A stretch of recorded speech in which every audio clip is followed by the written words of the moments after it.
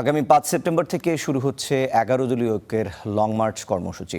এ নিয়ে রাজধানীর মগবাজারে জামায়াতে ইসলামীর কেন্দ্রীয় কার্যালয়ে বৈঠকের আয়োজন করেছে দলটি। বৈঠক শেষে সংবাদ সম্মেলনে বিস্তারিত জানানো হবে। আমরা এখন সেখান থেকেই আমাদের সহকর্মী HM ইমরানের সঙ্গে যুক্ত হয়ে তথ্য জানব। ইমরান, এ নিয়ে কি তথ্য আছে জানাবেন?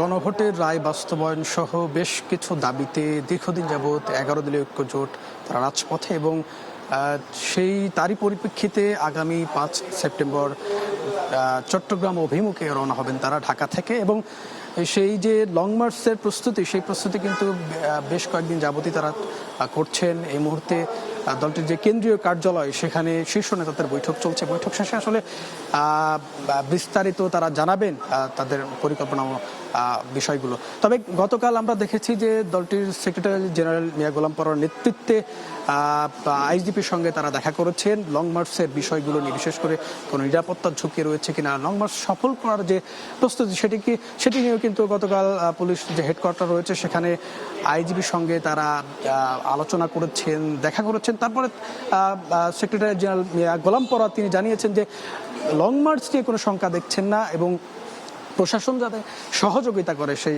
কথাও কিন্তু তারা বলেছেন। এই যে গণভোটের রায় বাস্তবায়ন এবং জুলাই সনদের আকাঙ্ক্ষা বাস্তবায়ন, এই আকাঙ্ক্ষা বাস্তবায়ন নিয়েই কিন্তু তাদের দীর্ঘদিনের আন্দোলন বলা চলে। গণঅভ্যুত্থানের যে আকাঙ্ক্ষা, সেই আকাঙ্ক্ষা বাস্তবায়ন নিয়ে গত নির্বাচনে গণভোট হয়েছে। সেই গণভোটের যে রায় বাস্তবায়ন, সেটি কিন্তু এখনো জামাত বলছে বা ১১ দলীয় ঐক্য জোট বলছে সেই বাস্তবায়ন সেটি এখনো হয়নি, যার কারণে তারা দীর্ঘদিন যাবৎ আন্দোলন করছেন রাজপথে।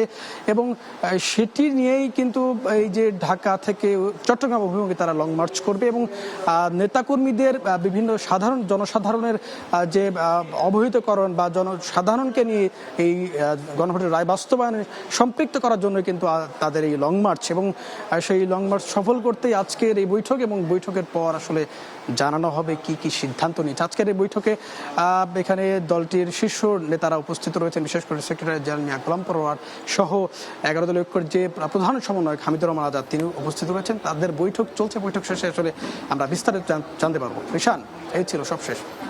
আমরা পরবর্তীতে বৈঠক শেষে যখন ব্রিফিং চলবে, ইমরান, আপনার কাছ থেকে আরও তথ্য জানবো। ধন্যবাদ আপনাকে।